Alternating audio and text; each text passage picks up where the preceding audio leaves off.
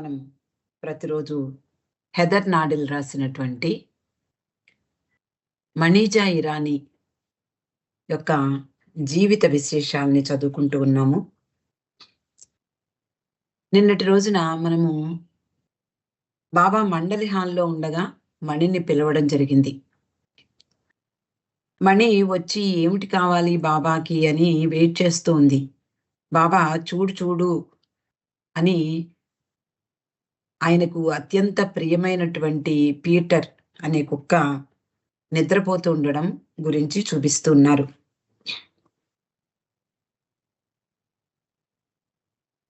బాబా సైగలతో కళ్ళలో మెరుపుతో చూడు చూడు అన్నారు. మణి చూసింది. అందరూ ముసిముసిగా నవ్వుకుంటున్నారు. బాబాకేం కావాలో మణికి అర్థం కాలేదు. పీటర్ని దూరంగా తీసుకెళ్ళమంటారా బాబా అని అడిగింది. బాబా లేదు లేదు, అలాగే ఉండని, చూడు ఇక్కడ ఇరిచి ఉత్తరాలు చదువుతున్నాడు, ఇక్కడేమో పీటర్ హాయిగా నిద్రపోతూ గురక పెడుతున్నాడు, ఉండని, ఇక వెళ్ళు అన్నారు. 2-3 రోజులైపోయింది.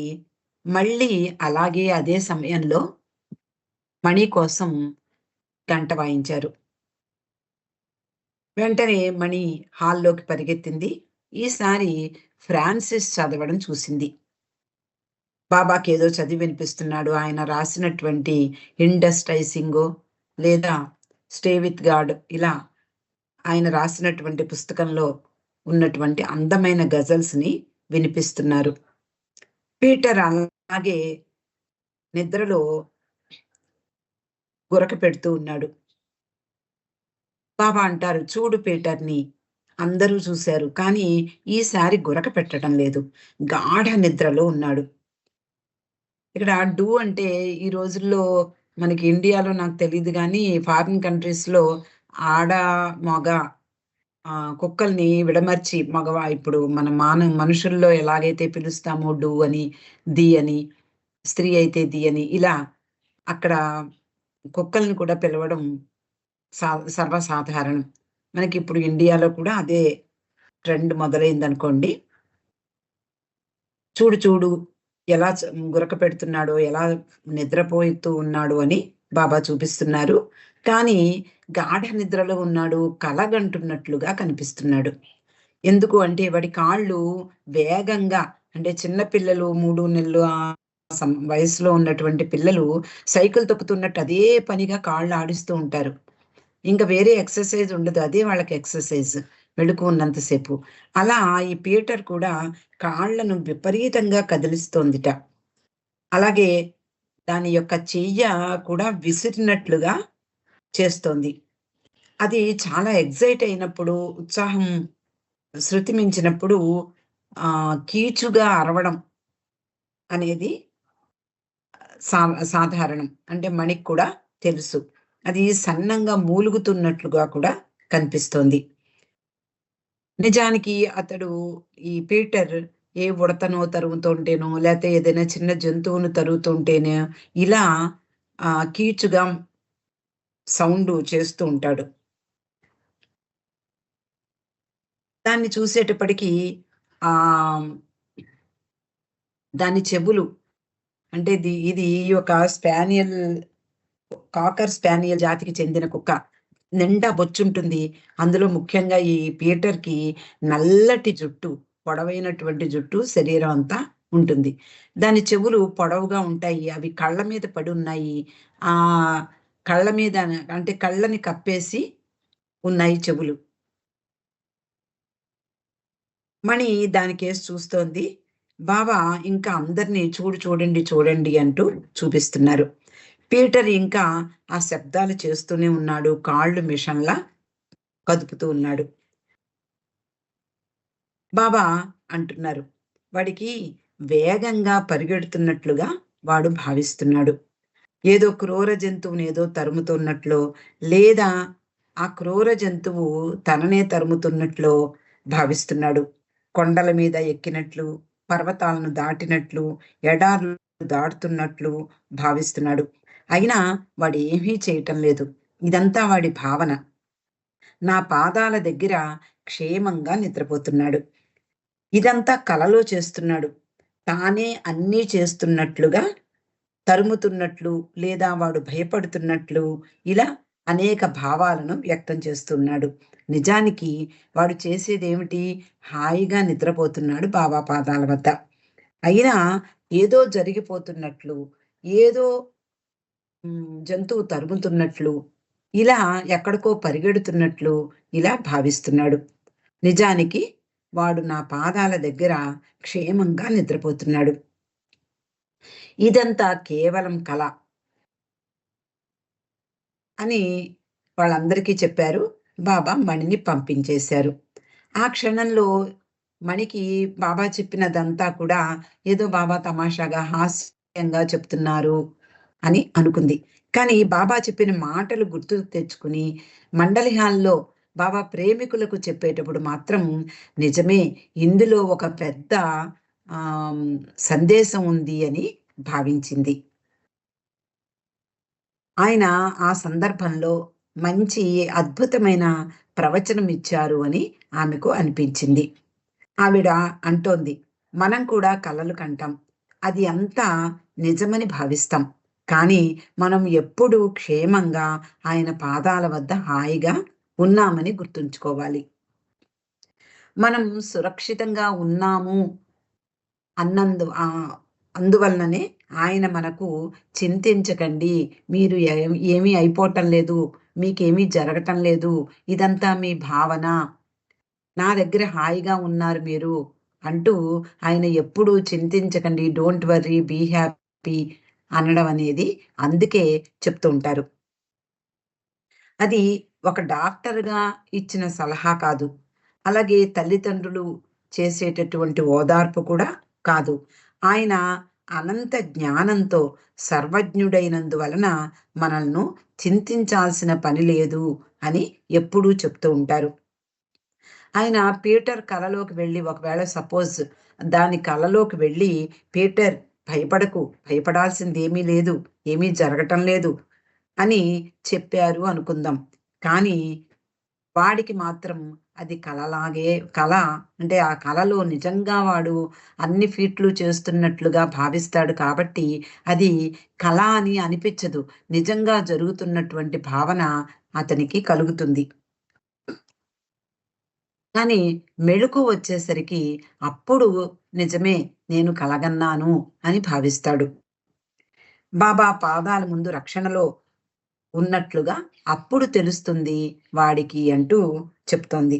నిజానికి ఇది మనందరికీ కూడా వర్తించేటటువంటి సందేశం. మనము హాయిగా కలలో బాబా సాం సహవాస్‌కి వచ్చినటువంటి వాళ్ళందరికీ బాబా ఈ సందేశం చెప్పి బాబాయే చెప్పారట.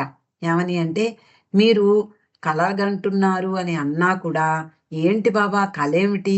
మేమంతా మెహరాబాదొచ్చాము. హాయిగా నీ ముందు కూర్చున్నాము. నువ్వు పెట్టే భోజనం చేస్తున్నాము. హాయిగా నీ ప్రవచనాలు వింటున్నాము" అని మీరు అనుకోవచ్చు. కానీ ఇదంతా ఒక పెద్ద కల. ఇదంతా నిజానికి శూన్యం. ఏమీ లేదు. మీ యాక్షన్ కానీ, మీ ఎమోషన్స్ కానీ ఏదీ కూడా నిజం కాదు. అందువల్లనే మీరు నా దగ్గర హాయిగా ఉన్నారు. దేని గురించి చింతించవలసిన పని లేదు అని అందుకని చెప్తూ ఉంటాను అని కూడా బాబా ఆ సహవాస్‌కొచ్చినటువంటి ప్రేమికులకు చెప్తూ ఉండేవారు. కాబట్టి మనము నిజాన్ని గ్రహించలేక మనం నిత్య జీవితంలో చేసే పనులన్నీ కూడా నిజంగా జరుగుతున్నాయి అని భావిస్తూ, ప్రతిదాన్ని సీరియస్‌గా తీసుకుంటూ, ప్రతి విషయాన్ని మనము మనసుకి, హృదయానికి పట్టించుకుంటూ, దాన్ని నిజంగా ఫీలవుతూ ఉంటాం. కానీ అందుకనే బాబా డోంట్ వర్రీ, బీ హ్యాపీ అని మా బాబా సందేశం మనం కనుక అర్థం చేసుకున్నట్లయితే, నిజానికి అక్కడ చింతించవలసిన పని లేదు అనేది అర్థమవుతుంది. ఎందుకు అంటే ఆయన సంరక్షణలో మనమంతా కూడా నిజంగానే ఉన్నాం. కానీ మనకది తెలియటం లేదు. ఈ మాయే నిజంగా నిజమైనటువంటి భావనగా ఇదంతా నిజంగా జరుగుతున్నట్లుగా కూడా మనం భావిస్తూ ఉంటాం. మణి చెప్తోంది. మొదటి నుండి పీటర్ బాబా సన్నిధిలో హాయిగా, క్షేమంగా పెరిగాడు. చిన్న పప్పీగా ఉన్నప్పుడు స్త్రీ మండలి వద్దకు వచ్చాడు. ఒకటి రెండు సార్లు బాబా గాడి మీద కూర్చుని ఉండగా మణి చదువుతూ ఉండేది. ఆ సమయంలో గాడి దగ్గరికి వెళ్ళి నెమ్మదిగా పాకుతూ బాబా మీదకు ఎక్కి బాబా ఒడిలో హాయిగా నిద్రపోయేవాట బాగా చిన్న వయసులో ఉండగా. అది దాని అదృష్టము అని మణి చెప్తోంది. మరో విషయాన్ని ప్రస్తావిస్తోంది మణి. మణిని బాబా అనేక పనులకు నియోగించేవారు. హాల్లోకి పిలుస్తూ ఈ పని చెయ్యి, ఆ పని చెయ్యి అంటూ అనేక లెటర్స్ టైప్ చేయమని, అలాగే అనేక పనులు చేయమని కూడా చెప్తూ ఉండేవారు. అందులో ఫోటోలను పాశ్చాత్యులకు పంపించడం అనే పని ఒకటి.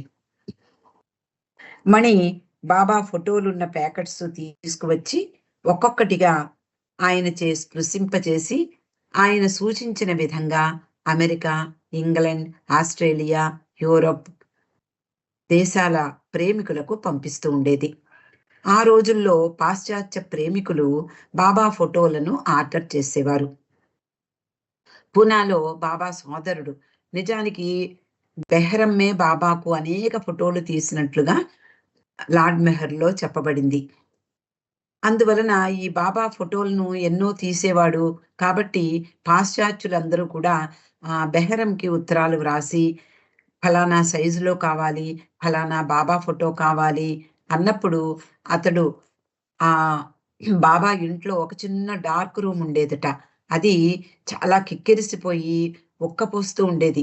అయినా అతడు చాలా కష్టపడి అందులో ఆ రోజుల్లో ఫోటోలు తీయడం అంటే ఒక కెమెరాతో తీయాల్సి ఉండేది. మనకందరికీ తెలుసు. ఇప్పుడంటే మనం సెల్ ఫోన్‌లు వాడి దాంట్లో ఉన్న కెమెరా క్లిక్ చేస్తే ఎన్నో ఫోటోలు వచ్చేస్తూ ఉన్నాయి. కానీ ఆ రోజుల్లో అలా కాదు. అన్నీ కెమెరాతో తీసి వాటిని డెవలప్ చేసి, ప్రింట్ చేసి, మళ్ళా ఫ్రేములు కట్టించి పంపించడం అనేది జరిగేది. అలా బాబా సోదరుడైనటువంటి బెహ్రం వాళ్ళు ఆర్డర్ చేసినటువంటి ఫోటోలన్నీ కూడా డార్క్ రూమ్‌లో డెవలప్ చేసి మణికి పంపించేవాడు. ప్రతి ఫోటోని బాబా స్పృశించాక మణి వాళ్ళకు ఎవరెవరు ఏ ఏ ఫోటోలను అడిగారో వాళ్ళకి పంపించేది. వారు ఆ ఫోటోలన్నీ కూడా రిసీవ్ చేసుకున్న తర్వాత వాళ్ళకి నచ్చినటువంటి స్నేహితులకు పంచేవారు. మొదట అంటే తొలి రోజుల్లో మణి అమెరికాలో ఉన్న బెరిల్ విలియమ్స్‌కి పంపించేది. ఆమె మరణించిన తర్వాత వేరే బాబా ప్రేమికులకు పంపుతూ ఉండేది. ఆమె మణికి ఉత్తరంలో ఫలానా వ్యక్తి బాబా ఫోటోని ఫలానా సైజ్ కావాలి అన్నాడు అంటూ ఆవిడ కూడా ఉత్తరాలు వ్రాస్తుండేది. దాని ప్రకారం బెహ్రం తయారు చేసేవాడు. తర్వాత బాబా ఆ ఫోటోలను చూపించమనేవారు. వాటిని ఆయన తాకేవారు. మనం మామూలుగా హ్మ్. అంటే చాలా లైట్‌గా తీసుకుంటాం ఏదైనా విషయాన్ని. అలా మామూలుగానే ఆలోచిస్తూ ఉంటాం. బాబా ఏదో చేస్తూ ఉండేవారు.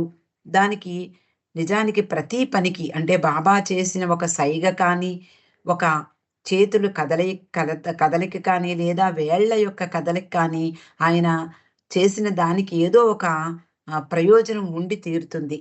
అంటే దానికి విశ్వాత్మకమైనటువంటి ప్రభావం ఉంటుంది.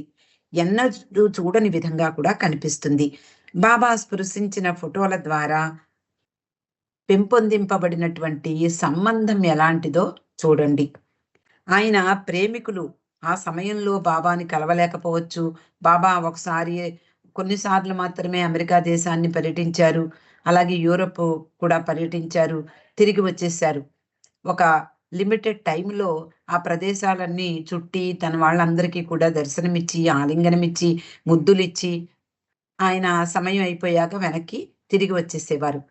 కానీ ప్రతిరోజు వాళ్ళకి బాబా దర్శనం అనేది ఎలా కలుగుతుంది? మణి రాసినటువంటి ఉత్తరాల ద్వారా, అలాగే బెహరం డెవలప్ చేసి, ప్రింట్ చేసి పంపించినటువంటి ఈ ఫోటోల ద్వారా బాబా వాళ్ళతో తన సంబంధాన్ని పటిష్టం చేసుకున్నట్లుగా కనిపిస్తుంది. ఈ రకంగా వాళ్ళతో ఆ సంబంధాన్ని నెరపేవారు బాబా. ఫోటోలు మణి దగ్గర నుంచి వచ్చాక అవకాశం దొరికిన వెంటనే అంటే బెహరం మణి దగ్గరకి ఆ ఫోటోల్ని డెవలప్ చేసి పంపించిన తర్వాత ఏ అవకాశం వచ్చినా మణి వెంటనే బాబా హాల్లో కూర్చుని ఉండగా ఆయన దగ్గరికి వెళ్ళి నిలబడేది. బాబా మణి వైపు చూసి ఏమిటది అని అడిగేవారు. మణి ఫోటోలు అని చెప్పేది. తీసుకురా అయితే అని సైగ చేసేవారు.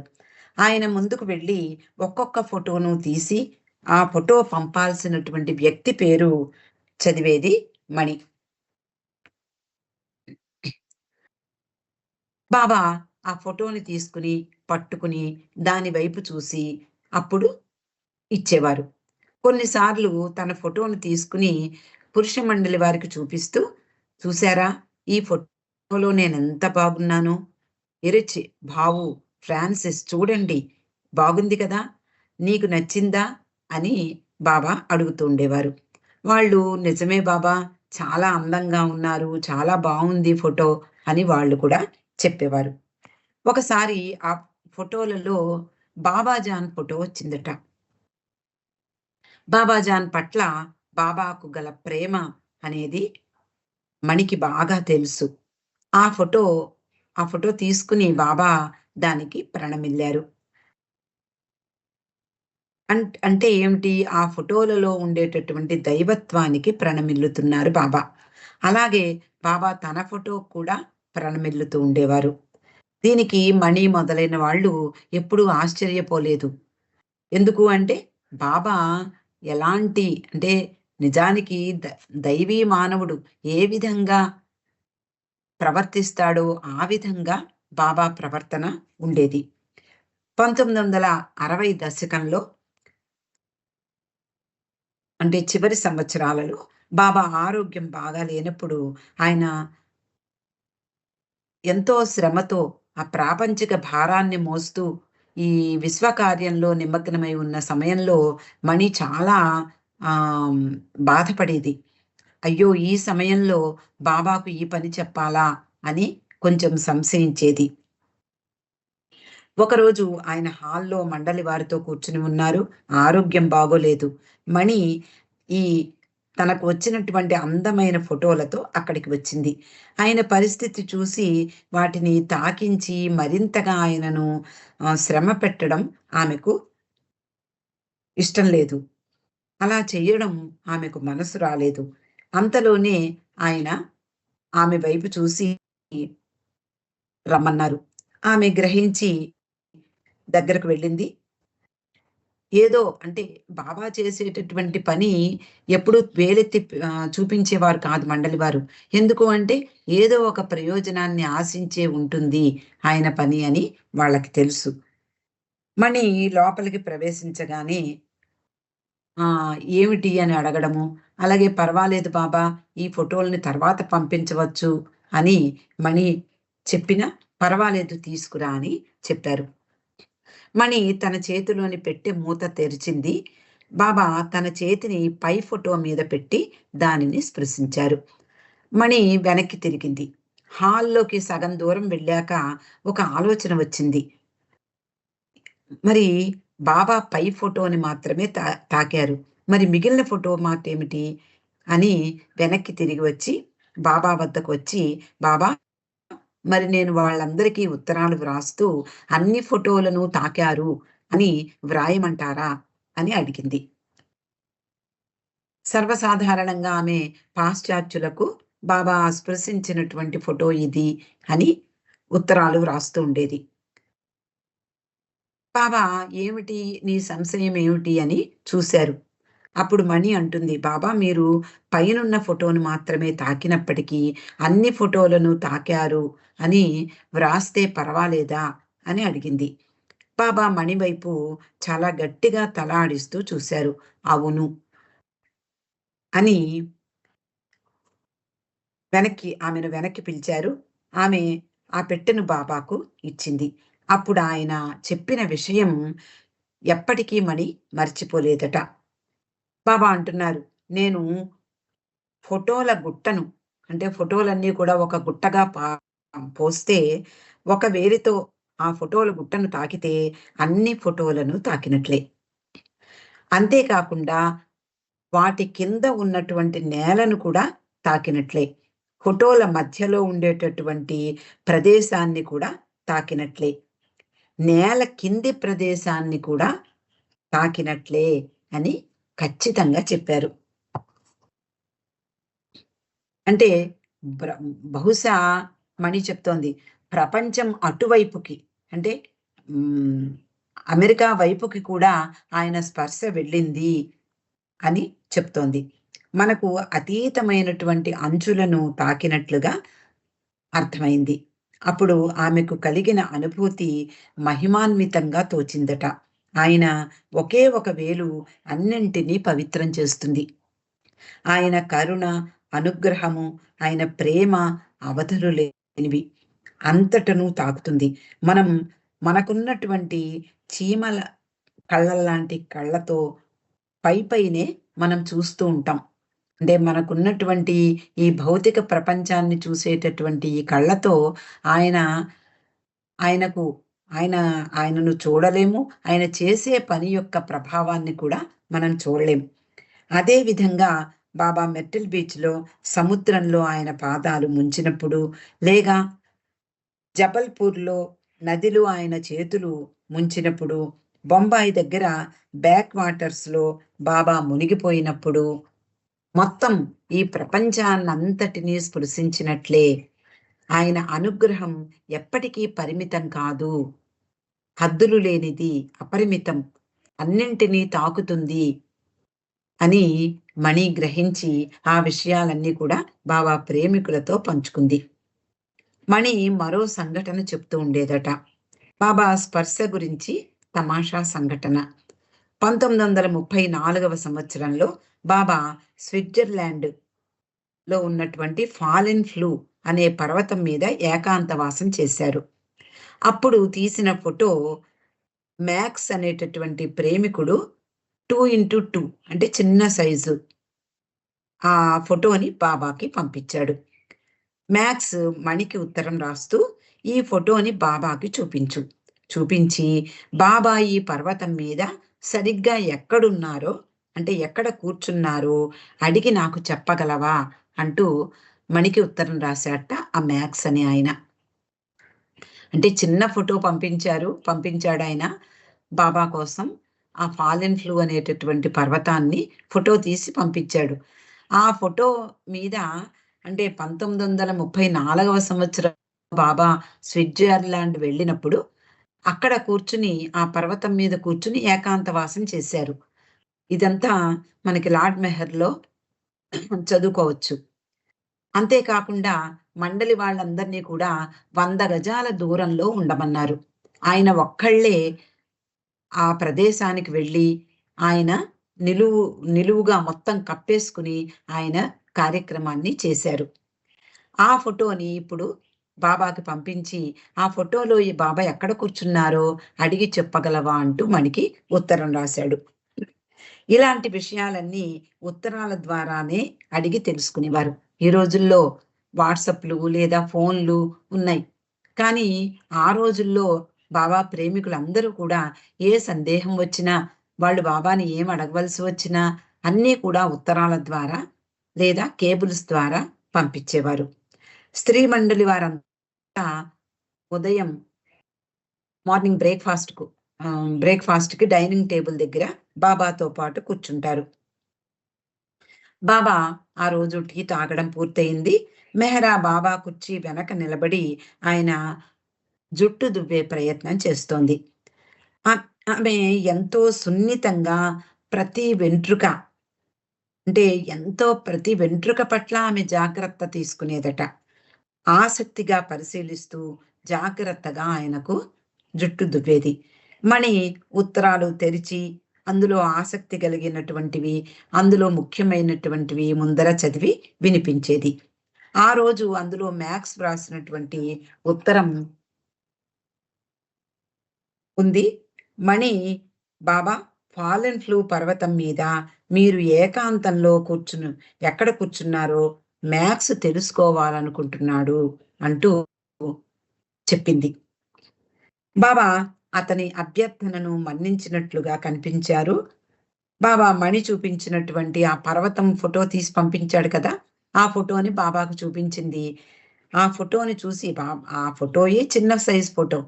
ఆ ఫోటోలో ఎక్కడ కూర్చున్నారో ఏం చెప్తారు? అప్పుడు బాబా చాలా బాగుంది ఈ ఫోటో అంటూ ఆయన బొటనవ్రేలుని ఆ పర్వతం మీద పెట్టి మణికి చూపిచ్చారట. మణి బాబా మీరెక్కడ కూర్చున్నారో అనుకుంటున్నాడు అని మరోసారి చెప్పింది. బాబా తన బొటన వ్రేలుని ఆ ఫోటో మీద పెట్టారు. అది ఆ బొటన వేలంత ఉందన్నమాట ఫోటో. మొత్తం పర్వతమంతా కూడా కవర్ అయిపోయింది ఆయన బొటన వేలుకి.